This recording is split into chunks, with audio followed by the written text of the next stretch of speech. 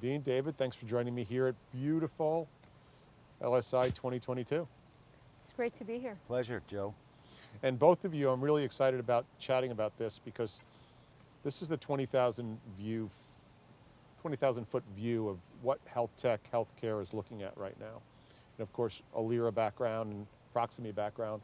Both of you are insiders and outsiders from a classic medical device perspective, right? So I was curious on both of your thoughts on these subjects we're going to talk about today. So Elsevier came out with a study today. It's actually a pretty powerful report. It's Clinician of the Future. And they were looking at what's been going on in healthcare today and what are the tail wagging the dog. So I want to throw out a couple things here and we want to talk about it. So the global study found 71% of doctors and 68% of nurses believe their jobs have changed considerably in the past 10 years, with many of them saying their jobs have gotten worse. So you're a surgeon and a technologist, and you are servicing the health tech community at a scale that I don't think anybody has as of yet on the Proximie side. So what are your thoughts on that, both as a surgeon and a business person? I think we can't deny the fact, as a surgeon, of course, working on the front line, is that that supply-demand gap continues to grow. And the current models of care are starting to prove that they're limited in terms of how future-proof they are. We've really tried to squeeze as much of this system as we can, but we're starting to really hit those friction points where it's becoming really clear that the standard models have limitations, and ultimately, and particularly since COVID, that supply-demand gap has grown, pretty significantly. It's actually a major inflection point, which is, worrying and concerning from a kind of hospital perspective or a clinical team perspective, and that how are we ever going to kind of bridge that gap? How are we going to close that gap? And doing more of the same isn't going to solve the problem. And so there are challenges around being overwhelmed, stretched to the extreme, squeezed to the extreme, and how do we try and address that? We need to think more laterally, more disruptively, to think about how do we change that. And I think one of the things we saw particularly, of course, made clear during COVID, it wasn't like the problem wasn't there, it's just it really put a magnifying glass on the problems that your typical kind of bricks and mortar approach to healthcare can only take you so far. That compounded by, people leaving healthcare, burnout, emotionally drained through all the process, is something we really need to think about. And I've obviously got some thoughts around that, but I think at that sort of 30,000 foot view, those I think are the immediate challenges we need to start addressing if we're going to be able to continue to deliver the care we want to deliver in the next even 5 years, let alone 10, 20, 30 years. David, you deal a lot with technology, especially. Your areas of expertise are that digital side, the data side, the robotics side. What do you see as that challenge going on right now with the healthcare community? Look, I've made the transition 25 years on the manufacturer and equipment and device side to consulting, and it's the same challenge of, I'm not market research. We take market research and use that to make data analytics and intelligence and recommendations, and we're the same thing in clinical practice. Fortunately, our clinicians are being afforded opportunities to use so many new technologies, which is great. The downside of that is there are so many new technologies, and that's why we see some of the burnout going, that you can have a first assist or a scrub nurse with so many different pieces of equipment to learn, to train on, to understand how to operate, to prepare, to hand off to the next clinician in practice, and that's a lot. When you're talking about data, there's raw data in our industry right now. We're giving the clinicians and all of their staff so much raw data.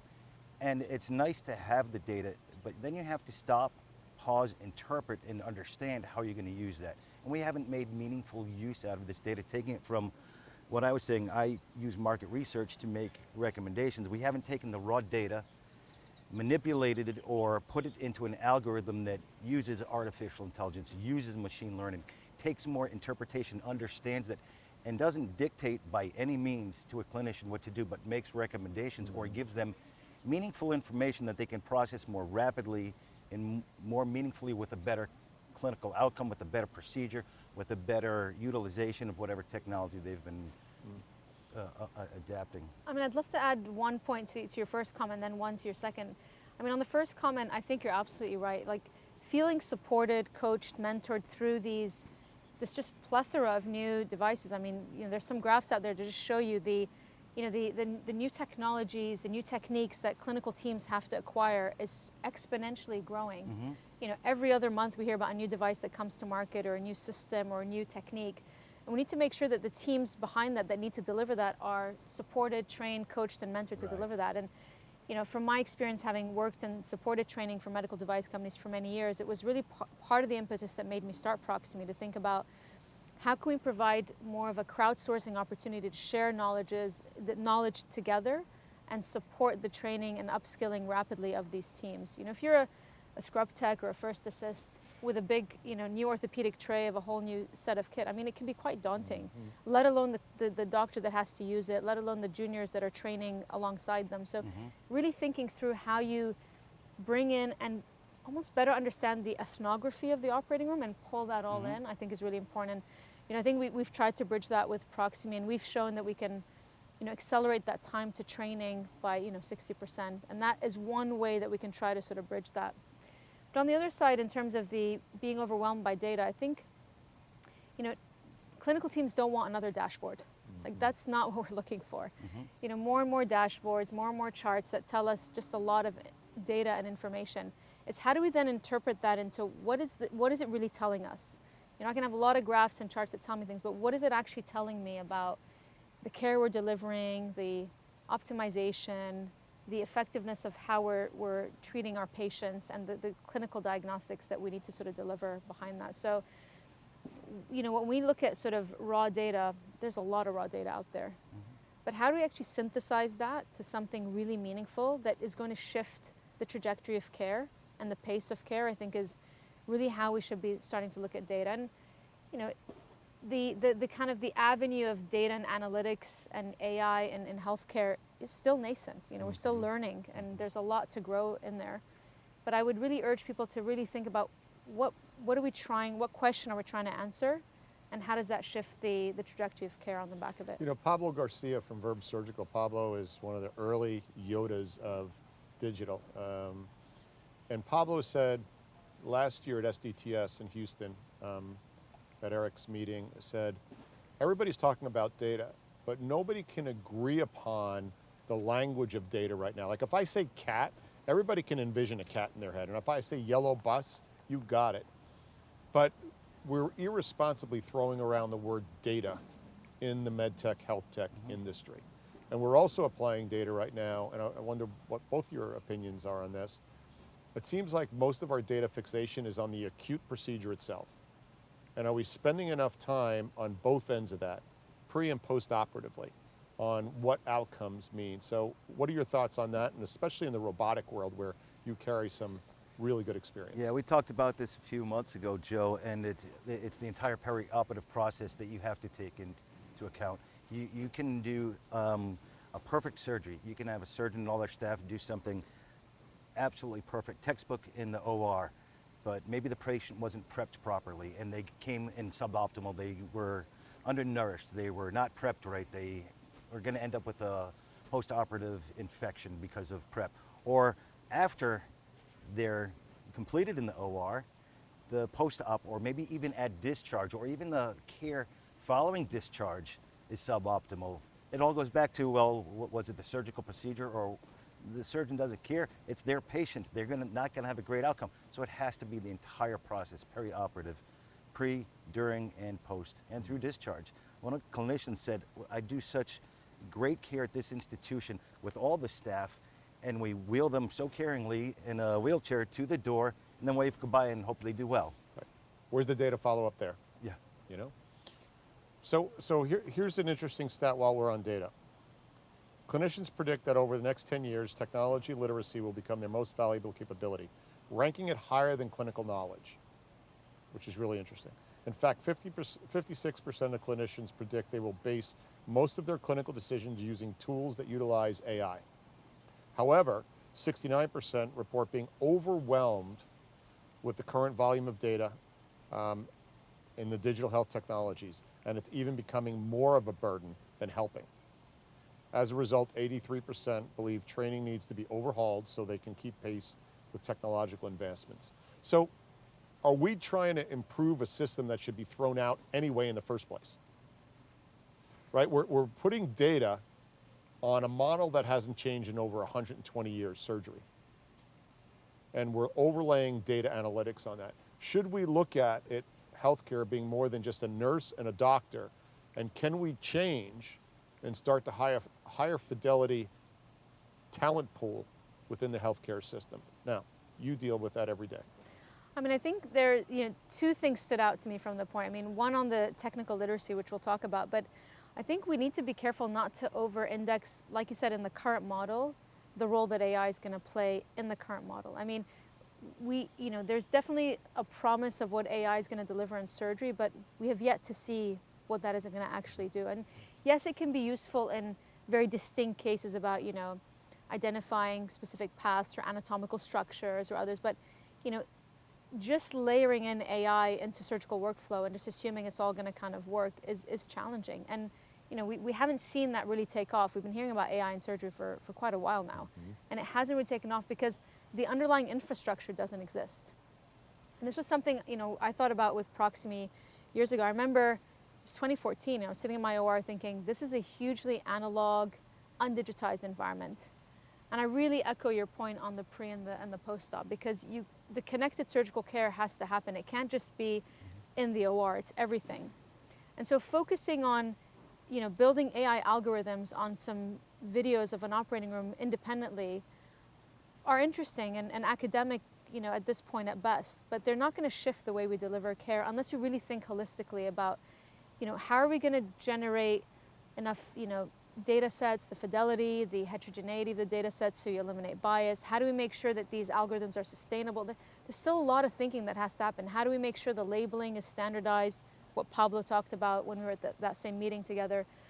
And so what I decided to really focus on back then is, let's not try to, what I always say, put the cart before the horse. Let's not try to get to the AI, but let's first build the foundation. Like, have we actually built the foundation, the data pipelines that connect the operating rooms, the pre-op, the post-op, the data layer that brings it all together? And we haven't. And so it's still sitting in quite a silo, the AI element. And that's why I think in that approach, it's going to be very hard for it to just disrupt surgery, and we haven't seen it happen yet.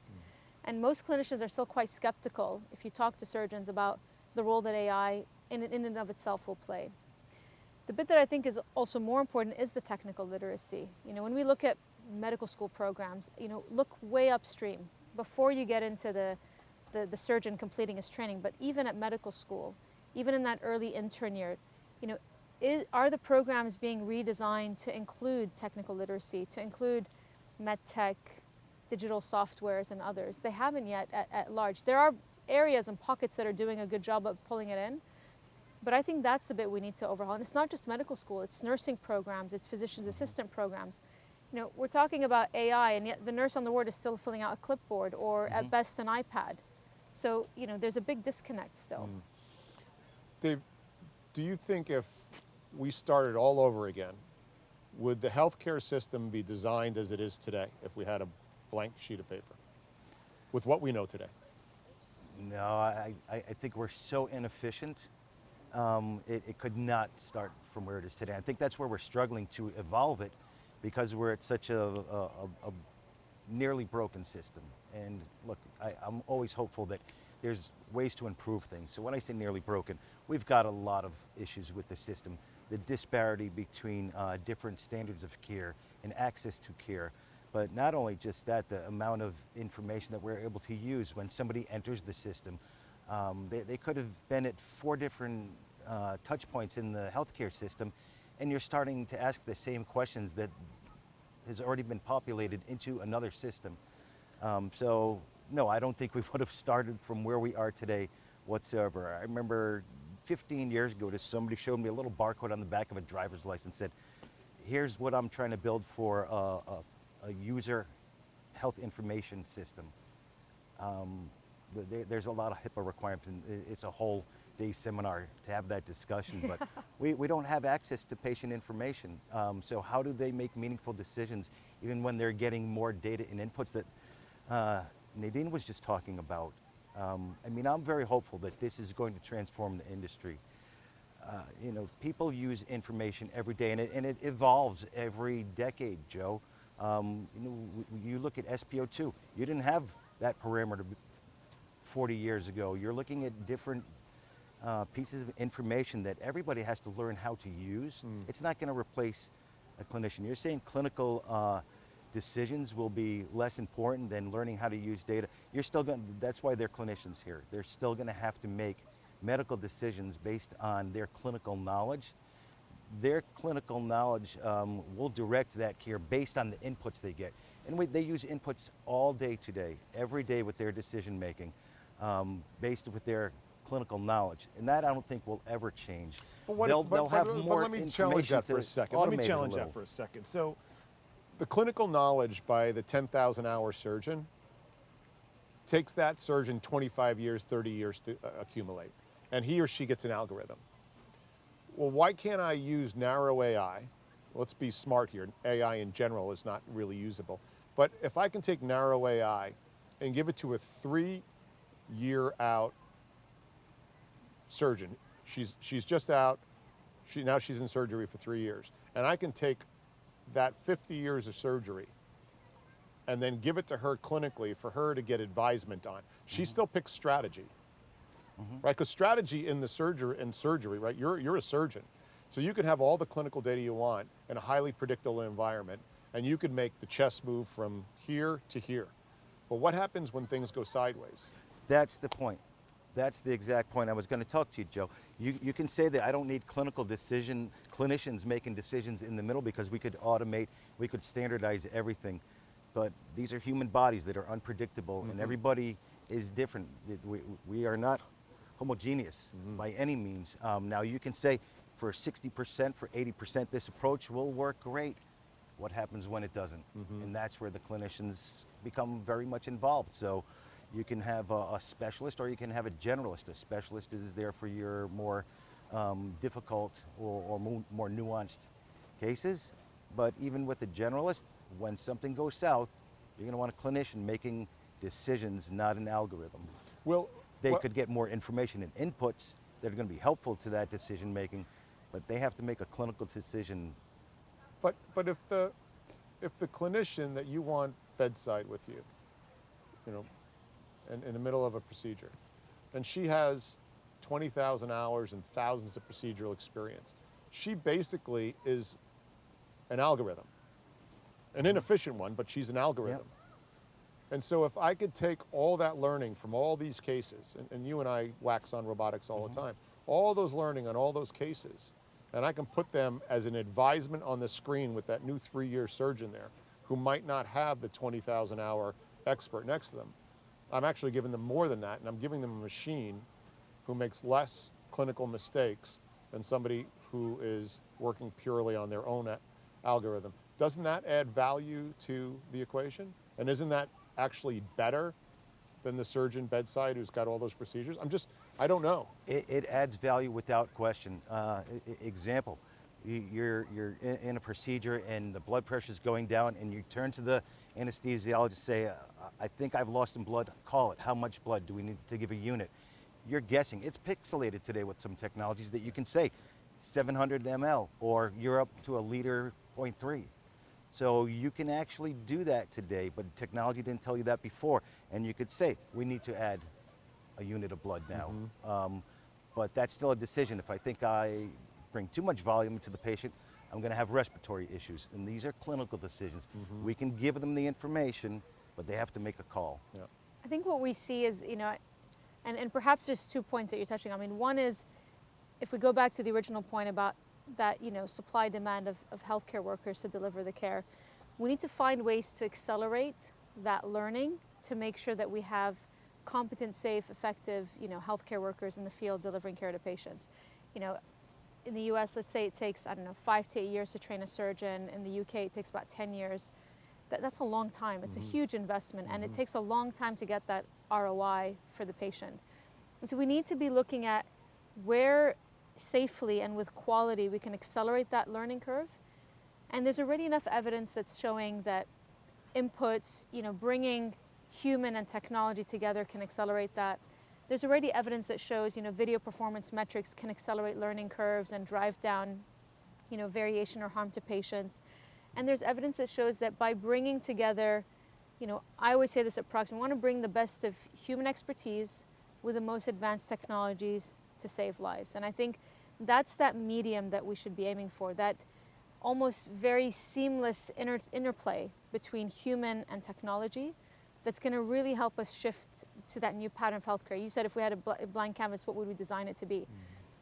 Because ultimately there are things within a clinician's or a healthcare worker's day that can be automated, that can be driven through algorithms, supportive decision making, like you said, how much blood, getting more real-time inputs, and equally really starting to shift this opacity of knowledge and data. I can speak for the OR, there's a huge amount of opacity of information. How do we make that more transparent? You talked a bit about the information. We still don't have that, all the patient information. You go through different systems, it's all linked. We need to start to connect those dots, but we should be shifting and aspiring to that world where we do bring that seamless interplay between human and device, or human and technology, or human and robot, where it can augment and play its role, but I would say not replace the doctor, but definitely augment and accelerate what we can do. As I take us out here, I've asked each of my guests today, and I will tomorrow, the following question. And David, I'll start with you on it. What are you most worried about over the next 24 months in the healthcare system? In the US, our rising cost and the ability to keep up with all the costs, it's continuing to skyrocket. And the more we bring new technologies there, the more we bring patients that can be solved for their health issues, the more costly we get. Yeah, aren't we just graduating patients to more complex diseases because in the past they just died earlier? Really, that's what we're doing. Very much so. Well, it's extension right, of life. the balloon angioplasty helped stop the widowmaker, and then the stent stopped that, and then the aortic valve and mitral valve repair replacement stopped that, and we're kicking everybody downrange to heart failure now. So our efficiencies are actually causing a bigger burden and a bigger cost on the back end of this. So it's a really complex, interesting quandary we're in. We're graduating more people to living longer to put a bigger burden on the healthcare system. So what is your biggest concern? I'd say, well, two things. One is, I'm definitely, seeing this firsthand, the burnout and the ability for us to scale care. So, we've seen a mass exodus of, healthcare workers, nurses, doctors that have been really burnt out. Their sort of mental well-being during this time has been difficult. So I want to make sure that we can actually continue that inflection point that I described, that we bridge that, and we need to embrace solutions, like Proxima and others to try and do that. The second I would say is inertia. I mean, one of the things that we did see was, I guess one could call a silver lining out of COVID, is that we were able to accelerate and push through the adoption of some innovation and technology that historically there was a lot of friction. And we were getting optimistic about the opportunity to really start to disrupt a pretty complex system, healthcare. And I'm concerned that that sort of starts to wax and wane, and that we see inertia sort of picking in again, the systems turning back to their complex ways and their sort of traditional ways. So I hope that that appetite to grow and disrupt continues, and that healthcare leaders and their hospitals and health systems and IDNs continue to push that narrative or that strategy as a key strategy for how they redesign or reimagine healthcare for the future. You bring up COVID, and I just want to, again, one more question before we go out. How important is the shifting centers of healthcare to the home going to be, and is the consumer patient ready for that? Huge. We have to decentralize healthcare. We saw it firsthand. The traditional big central bricks and mortar approach, everyone comes into that, is just not the model for the future. It's about pushing care closer to patients' homes, closer to their support infrastructures, remote monitoring, digital technologies, empowering patients with tools in their hands, whether it's on their iPhones or their digital solutions. So this is something we're seeing quite a lot of, and the systems were completely burdened when COVID hit, and I think it's really made us think, how do we accelerate support like dialysis closer to home, or other needs, diagnostics, point of care testing. All of those models I think are important. You do a lot of strategy for companies. What are you seeing right now on the shift to home health, and is it here to stay, and is the patient consumer really ready for that complex relationship? One of the silver linings to this horrible COVID cloud has been the understanding of how we can access and treat patients outside of the acute care facilities by necessity. We didn't want them accessing the facilities. They were going to get exposed. They were burdening the system. We wouldn't be able to take them through procedures because we looked at them as optional, and they weren't, but they needed this care. So we've learned how to deal with patients outside of the acute care facilities, and I think that was a really great lesson for all of us. All of this digital technology that was getting a little bit of a look-see for a while is now getting implemented, and I'm not going to say everybody is going to succeed, but at least the clinicians are starting to adopt. They're trialing, and they're saying, brought supreme value, not for me.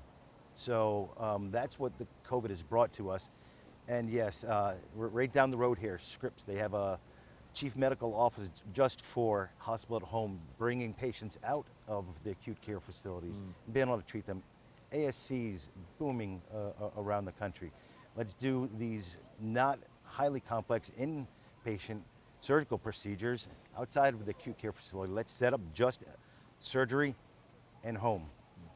It's going to expand exponentially in the next 5 years, without question, in my estimation. And everybody that we're seeing, and I would say all of the large commercial entities are asking us, project this, and how do we set up to take advantage of it? You asked, are patients ready to take care into their own hands? No, they need a lot of involvement. And we can give them the tools, but they're still going to need involvement. It's just a change in the way that they access their clinician and their relationship with the clinician and the people who are directing their care. We have a lot of other companies that are setting up care models that are alternative to just the physician-patient interaction that can facilitate that understanding of the patient, how to maintain their best care. So I'm very hopeful of that shift. I think even with that decentralization, we're going to see how that might even impact all the surgical backlog as well. I mean, it's one thing about monitoring and supporting patients with care at home. It's also thinking about that just immense surgical backlog that happened. I mean, we're years behind where we need to be with that. And so we're going to have to think more laterally about scale, delivering that care, and bridging that gap on the backlog. You've got patients who've been waiting years for a hip replacement, a knee replacement, things that are going to affect their activities of daily living. And we need to try and address that. Well, I'd like to thank you both for this. I love the 20,000 view foot and the strategy of the health tech, med tech industry. And both of you bring a lot of value to our viewers. I appreciate it. Thank you. Thanks, Joe. We got it. This is Joe Mullings, LSI 2022, Dana Point. Be well.